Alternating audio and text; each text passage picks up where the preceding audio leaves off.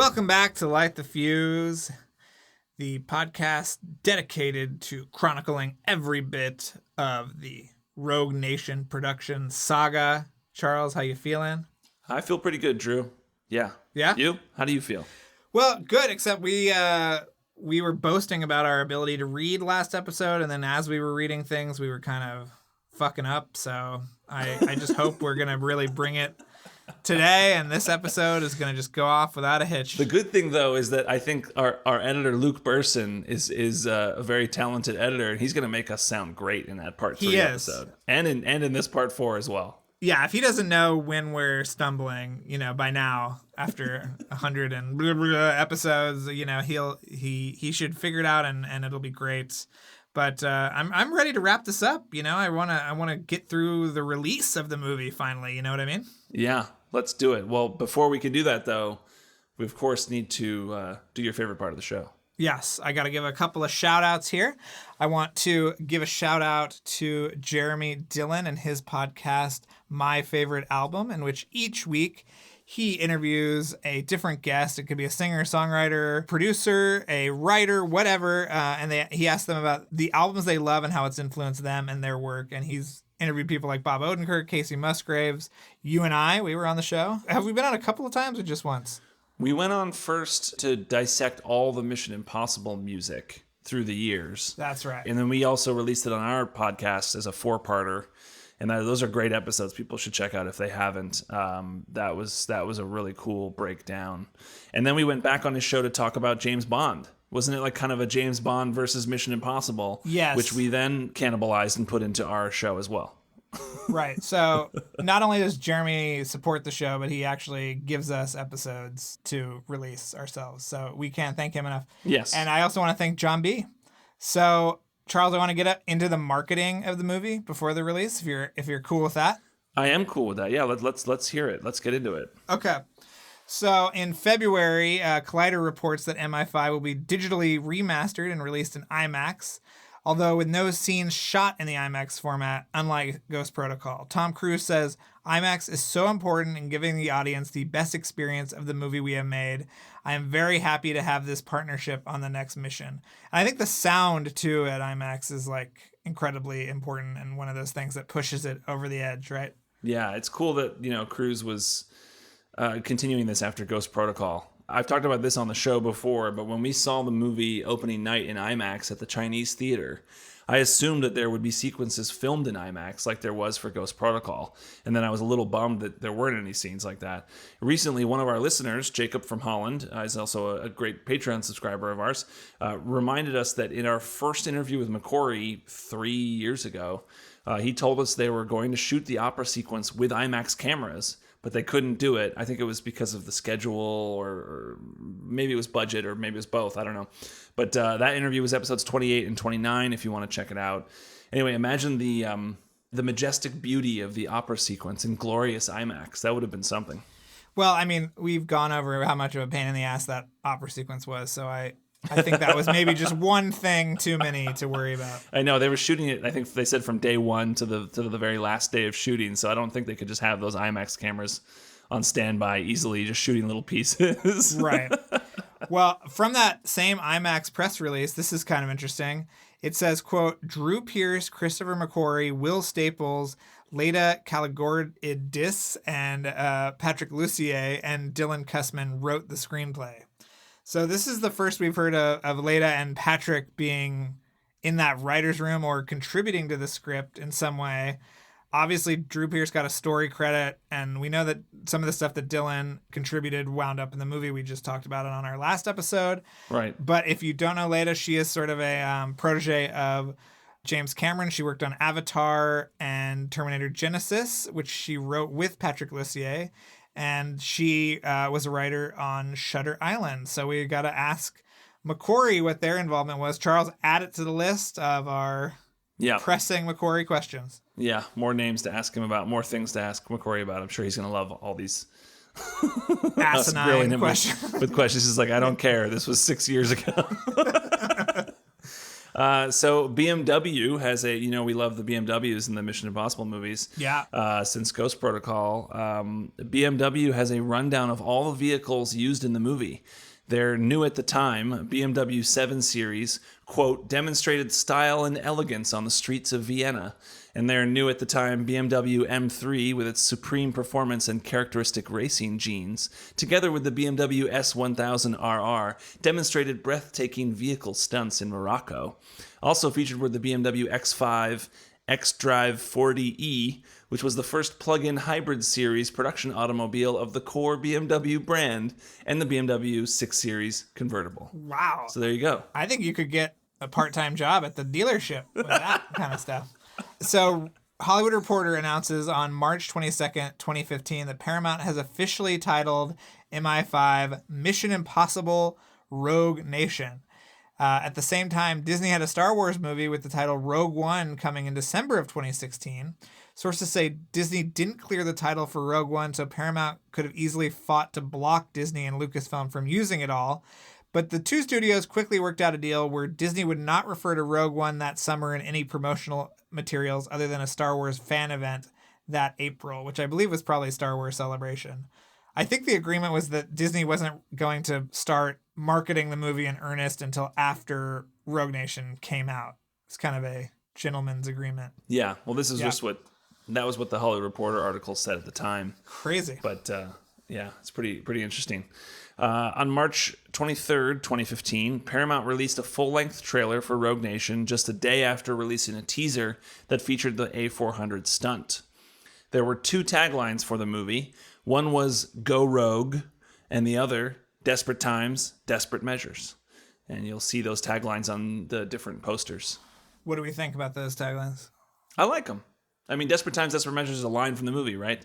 Sure. And Go Rogue, I think Go Rogue is not, I don't like quite as much, but it's kind of weird to have the tagline be Go Rogue when the title of the movie is Rogue Nation. But maybe if you don't have the title of the movie on the poster and it just says Go Rogue. Thoughts? Yeah, I'm not crazy about either one, to be honest. But taglines are hard. The taglines are hard. There's Titles are hard enough. Yeah. There's a Rogue, a Nissan Rogue that everybody drives. That confuses things. I don't know. It's not the best, but those are tough. I can't remember another Mission Impossible tagline, so yeah, we did a couple episodes about the marketing with Kendra James. And we talked about all the taglines and all the posters, and we even played clips of the trailers in those episodes. So those are worth checking out. Yes, those are episodes 49 and 50. If you want to check those out, we go through the posters. There were 6 character posters. So Ethan, Ilsa, Solomon Lane, Luther, Benji, Brandt, and Hunley. I know that those were really exciting for everyone, and I'm sure there are people that still have those hanging up on their bedroom walls. Who would you have hanging in your wall, Charles?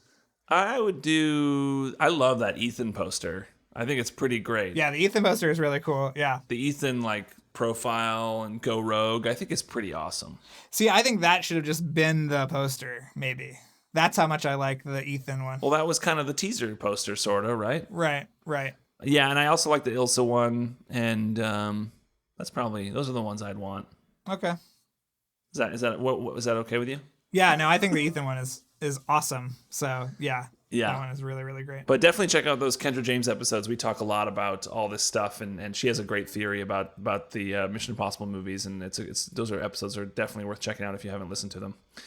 On June 24th, 2015, the Hollywood Reporter said China's Alibaba Pictures has invested in Rogue Nation, its first investment in a Hollywood film. Yeah, that adds another stupid logo to the beginning of the movie, but that's okay. Is this the only one they did? They didn't do Fallout, did they? I don't think they did Fallout, no. I don't remember. So, Superhero Hype reported on June 29th, 2015, that 1 month before its release, 5 minutes of Rogue Nation will play before Terminator Genisys on 363 IMAX screens across America. 5 minutes. We don't know what it was, but I'm assuming it was the cold open. Did anyone go to any of those screenings? I saw Terminator Genisys in the theater, not at an IMAX screen, at a screening, and there was nothing attached to it. So I had no idea until just this minute that this was even a thing. Yeah, I saw it Terminator Genesis in theaters, but I don't think I saw it in IMAX. So, well, yeah, I'd love to hear from anybody who went to one of those screenings, and if you did, what did they show? I assume it must have been that cold open. Yeah, must have been. All right, so on July 2nd, 2015, Slash Film reported that Paramount Pictures and Skydance Productions teamed up with AMC and IMAX to have escape rooms in 4 theaters around the United States to promote Rogue Nation. Here are some excerpts from the release. Mission Impossible Room Escape is an immersive experience that allows fans to become IMF agents at select AMC IMAX theater locations in Boston, Los Angeles, New York, and San Francisco. Inside the free Mission Impossible Room Escape game, teams of up to 6 will be locked in a Mission Impossible-themed room and given 20 minutes to unlock clues, solve puzzles, and find a way to escape. This was actually at my local AMC where I was living in 2015. I looked it up and I went to Catalina that weekend with my wife for our anniversary. Clearly, we should have just stayed home and done this escape room experience instead. Yeah. Anyway, we have a photo of the outside of one of these rooms. It kind of just looks like a giant metallic box. But we'll include the photo in our show notes, and please let us know, anyone out there, if you did this escape room experience, please tell us all about it. Are we going to talk about the VR experience later? Because that was another thing. Yeah, we will. Okay, we'll get don't you into worry. it. Okay, I was worried. So on July 23rd, 2015, the world premiere for Rogue Nation took place at the Vienna State Opera, which of course was where the opera sequence was filmed. 1,000 invited guests attended as the opera house was extravagantly converted to an IMAX theater. Tom Cruise, Simon Pegg, Rebecca Ferguson, and Christopher McQuarrie were there. They also signed autographs and took selfies with fans for over 2 hours. The new BMW M3 and the new BMW 7 Series were featured on the red carpet, and we'll post pictures of this premiere on the website. And I so wish I could have gone. They actually invited press because I think the junket took place right after. So you could have gone to this, is what you're telling me right now. I could. I wasn't really a journalist at the time. So I could not have gone in good faith. Oh, wow. Were you working at Disney at that time or something? Yeah, I was at Disney, yeah. Jeez, okay. Well, I'm I still disappointed in you. Yeah, I know. So there was a Rogue Nation comic book called Torn Asunder. The story was by Christopher McQuarrie, art by Owen Freeman, letters by Jody Wynn, and written by Dylan Cussman. Cussman, remember, is McQuarrie's good friend who co-wrote his John Wilkes Booth script. The comic book shows what we don't get to see in the movie, the 6 months where Ethan is on the run from the CIA near the beginning of the movie. The link to read this comic online still works, so we'll post it in our show notes. But here's the rundown. So this is taking place after Ethan ran out of that underground cellar where he first met Elsa.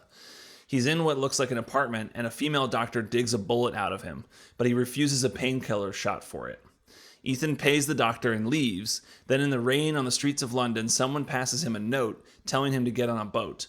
He goes to Istanbul and witnesses the car bomb assassination of the president of Malawi. Then he's in the Philippines as a petrochem plant explodes. It seems like this is all Ethan tracking the syndicate, as Solomon Lane is always a step ahead doing all these terrorist attacks. There's a VO conversation between Hunley and Brandt going through the whole thing. Hunley thinks Hunt is responsible for all of this. Obviously, this is before they become BFFs.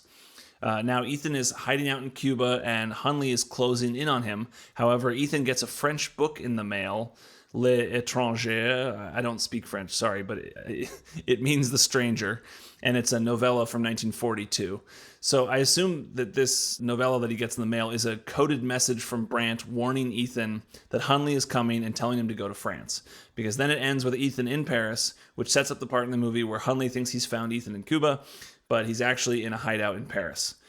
Oh, I should also mention that Ethan's beard is slowly growing out throughout this whole comic book, setting up that glorious fake beard that Tom Cruise has in the movie. Oh my God. Amazing. So in December of 2015, for the DVD, Blu-ray, and digital HD release, Paramount set up a virtual reality experience in some spots, including Bryant Park in New York, Victoria Station in London, and the Grove in Los Angeles. Friend of the podcast, Ben Wright, actually experienced it at the Grove. It was meant to make you feel like you're hanging off the side of an A400, just like in the movie.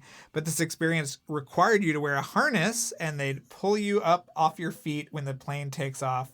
We'll post a video in our show notes. You can see what it was like. I think he described it as like sub PlayStation 2 era graphics. But I'm sure we would have loved it. I don't know where we were at that time either, but we should have been there at the Grove. I'm so mad that we didn't go to this either. What was Terrible. wrong with us at the time? A lot. I never even heard about it. If I heard about it, I would have gone and done it. Yeah, I don't think I knew about it until later also, but Maybe we should be mad at Ben Wright for yeah, not I think so. telling us about it. Yes. So there was also the mobile game, which was still working on my phone up to about a year ago. It was just a basic sniper game, but it was fun. It was called Mission Impossible Rogue Nation, the official game. The sort of tagline was infiltrate secure locations, eliminate high-profile targets, confront the syndicate across the globe. It was available on iPhones and Androids, and you played as Trent Kane, IMF agent extraordinaire. But the CIA has shut down the IMF and offered you a choice. Go to jail for treason or hunt down and capture one last target, Ethan Hunt.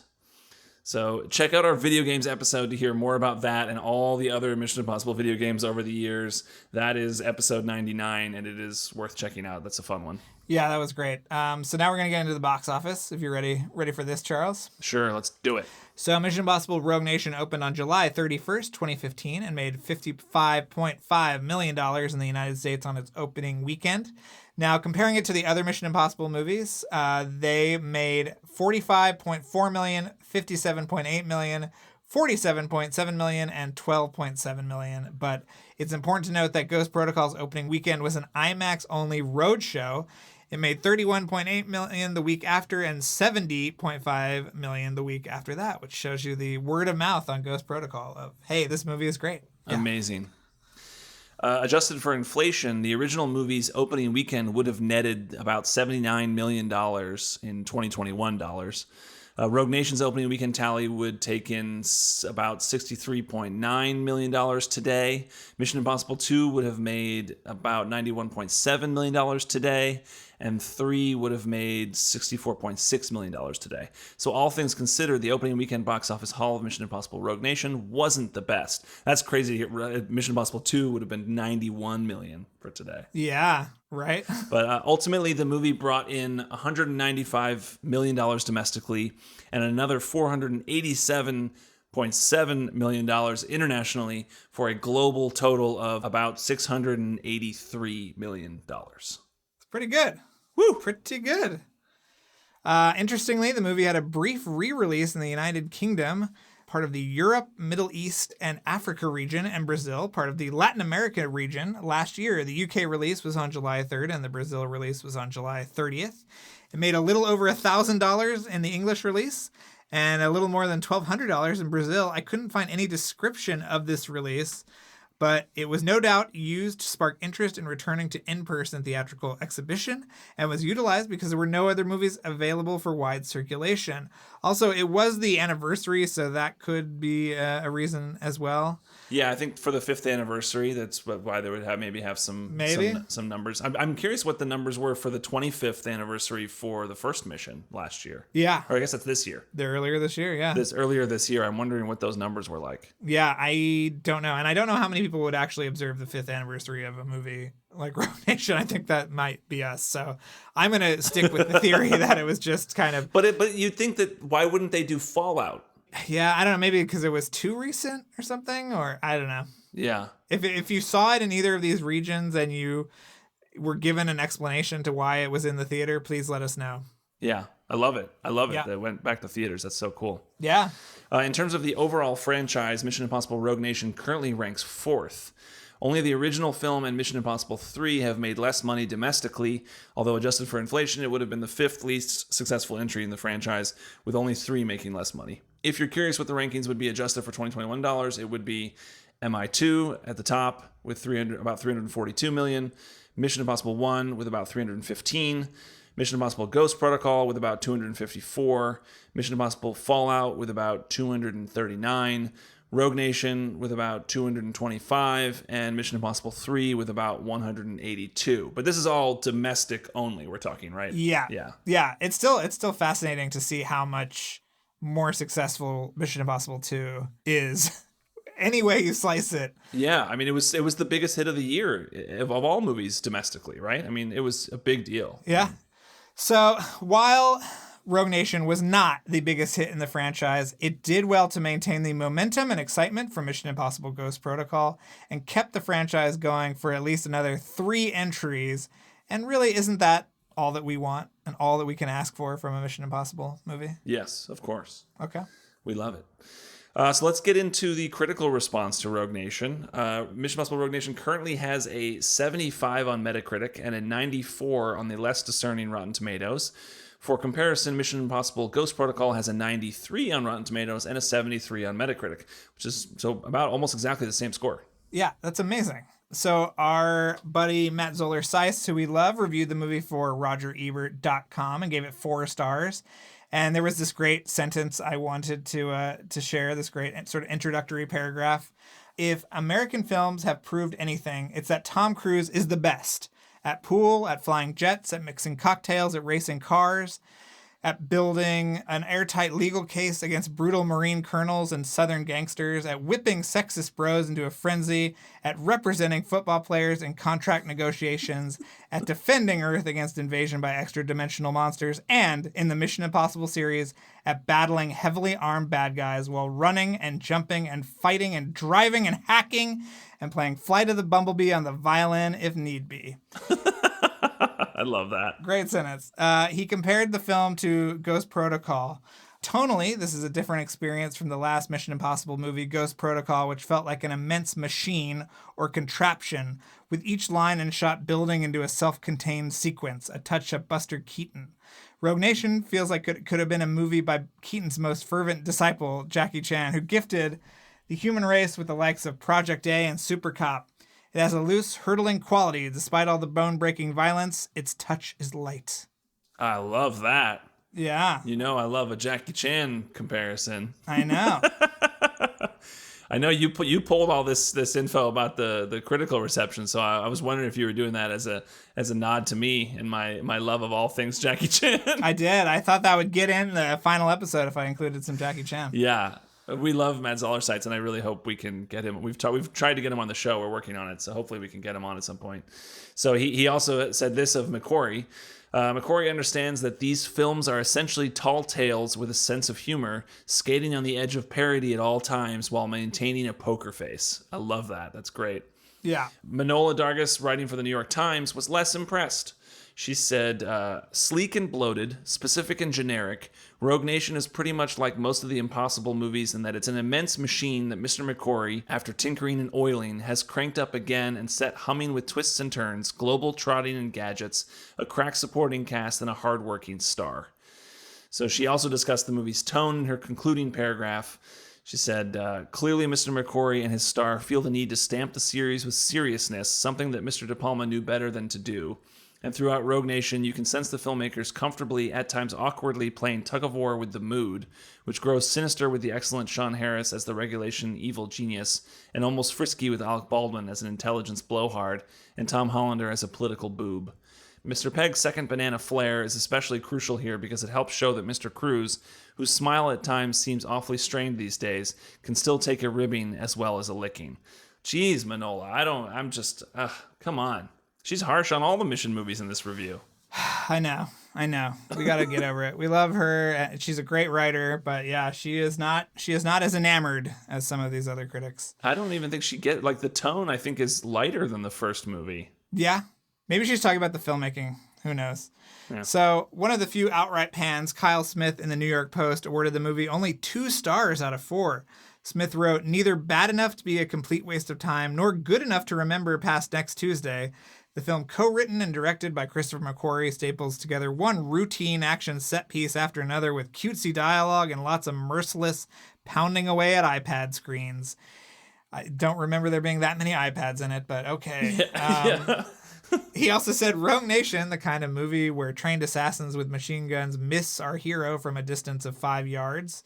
Again, not really sure. Has the occasional semi-rousing moment, but it has neither the wit of the best James Bond films nor the grit of any of the Bourne ones. It's a movie that never lives up to the promise of its own theme song.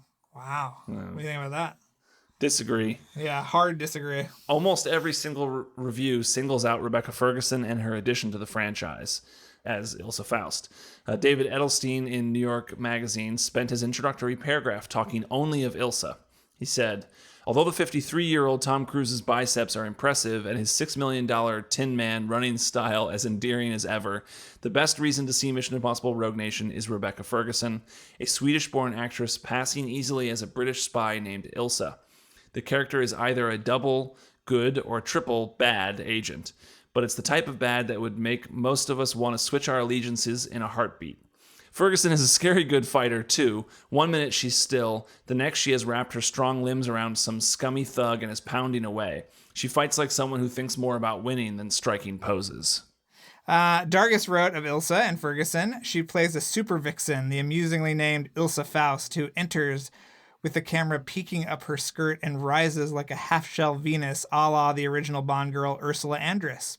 Even so, Miss Ferguson has more going for her than man-throttling thighs and an ace stunt double, Lucy Cork, who we talked to on the show when we talked to Wade, right? Yeah. Okay, that was back at the beginning of the show. I don't know what episode, but we promise she's there. She holds her own both on the ground and in midair. Edelstein's overall verdict is one that could be applied to most of the critical response to the movie, and I love this sentence. Mission Impossible Rogue Nation doesn't have the nonsensical lyricism of Brad Bird's stupendous Mission Impossible Ghost Protocol, but it's still pretty good. Oh, come on. It's better than pretty good. It's good. It's very good. I like that sentence, but I don't love it. Come on. It's a step down. I would say it's a half step down at most. I still maintain the top 4. It's not that far. All right, just get on with it. This isn't really a review of the movie, but an interesting article that was written at the time. On August 11th, 2015, the New Yorker music critic Alex Ross commends Mission Impossible Rogue Nation for having a first-rate action scene set at the opera. The title of the article is Finally, a Non-Embarrassing Classical Music Scene in a Blockbuster Movie. He describes how most movies with an opera scene tend to fall into cliches, and how usually the characters who love opera are lunatics, serial killers, or Nazis, and he cites a bunch of examples. He breaks down the opera scene in Rogue Nation beat for beat and makes note of how the film is reminiscent of Alfred Hitchcock's The Man Who Knew Too Much. Wow, that was in the New Yorker? I'm really shocked that was what they chose to discuss about the movie. I don't think it was a review. It was just a random article that someone decided to write. It was just a nice thing to commend Rogue Nation, you know? This is top tier. I mean, for a lot of people, this is their number one Mission Impossible movie. I know. I don't know why, but there you go. I feel like you're so hard on this one. You know, and when I grow up and I understand what it is all about, you know, then I will appreciate it more. But well, that's it, Charles. We got through the whole making of this movie in 4 delightful episodes. How do you feel? Yes, I feel great. I feel like we're better men on the other side of this now. Yeah, I want to remind everybody that everything that we reference in these episodes you can find on our website, LightTheFusePodcast.com. We'll put all the videos and links to different articles and podcasts there. Yeah. You definitely want to check out all the show notes for all 4 parts of this making of, because there's a lot of really cool stuff that we put in there. Yeah. And I want to cite our sources. We had many articles and interviews in the trades that we cited, and other movie websites like Collider and Slash Film. American Cinematographer had a great article that we pulled from a few things, and the Empire Spoiler Podcast is, of course, a great resource. So many fun stories in there from McQuarrie. The Q&A with Jeff Goldsmith podcast is a great one, where both McQuarrie talks to Jeff Goldsmith, and they surprise the crowd, and Tom Cruise comes out and joins as well. That's a great one. We also got a lot from the special features on the Blu-ray, from the Target exclusive bonus disc, iTunes special features, and some tweets from Christopher McQuarrie. Got to give a thank you to our intern Parth Marate for digging up some articles for us, and credit our editor and mixer Luke Burson, and our composer Kevin Blumenfeld. And Drew, we need to talk about our Patreon. Yeah, I encourage everybody to go to the Patreon. We have new episodes each and every week that supplement the regular episodes, that will go into all the new late-breaking news. We also do we've been doing some retrospective things. People write in and tell us what we should be doing. So if you get on the Patreon, then you can boss us around. And, think about the power there, But check it out. We have a bunch of different levels you can join at, and every little bit helps. So really appreciate it. We really love our monthly Skype chat that we do with a certain tier member that is just so much fun. And it's a great group. So if you want to be around like-minded Mission Impossible freaks, join that. Also check out our TeePublic page where we have all sorts of merchandise. They're all lovely freaks, and I consider us to be a part of that. Oh, are you kidding me? We're clearly freaks as well. Oh yeah, I don't feel more at home than when I'm on that Skype chat with people who are giving us literal first-hand accounts of shooting whatever they're shooting right now, and it's wonderful. It's a wonderful place to be. So I really encourage you to sign up for that level because it's a lot of fun, and obviously go to our TeePublic page. Buy a shirt or a mug or something with our great logo on it. We're working on getting the new logo that the Filmograph guys have provided. They just got to send us those vector files, baby. So we'll make an announcement when that stuff is up.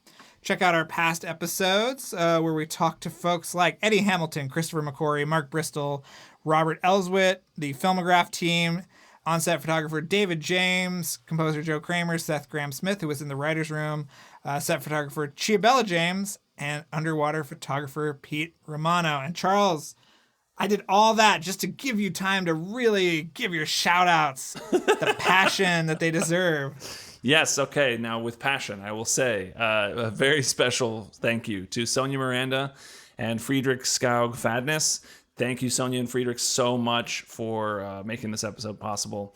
Couldn't do it without you, and we're so happy to be making these episodes and doing this show for everybody. I'm so glad that we're getting so many good followers and people who are giving us nice compliments. So it's really always great to hear, and hopefully you're going to like some of the interviews we got coming up. We just did a really great interview that I think is going to be really fun for people, and that was a cool one. I don't know if we want to say who it was or anything, but that'll be coming up in the next few weeks. It's really, really, really great. And that's we think it'll be a 3-parter. So buckle up for that one. Lots of stories we haven't heard. Yeah, it's not like a big name that you would think, but it's just got he's just had some amazing stories. Yeah, great stories, anecdotes that we had never heard before, including some interesting alternative casting that we've never heard. Yeah, that was crazy for Ghost Protocol. Yeah. So, and I just want to remind people, Charles, to subscribe, rate, and review wherever you're listening to this podcast. To follow us on social media at LightTheFuse-Pod on Twitter and Instagram. And, feel free to reach out if you have show suggestions, you have people that you think we should talk to. Just, let us know, reach out. We love hearing from you, and we will be back next week with this mystery guest who is going to tell us some really fun stories about the production. I think before him, we've got Chris Soldo. Oh, we got Chris Soldo. Who's the first assistant director for the first Mission Impossible. I think we mentioned him once before, so this is not a reveal, but he had some great stories as well from the first mission. For some reason, I thought we had already done those episodes, but no, Chris Soldo is amazing. You might have heard him recently on the great Bonfire of the Vanities podcast, which is great. But we'll be back next week with Chris and then this mystery guest, and we'll keep on trucking. Right, Charles? Yes. Thank you so much.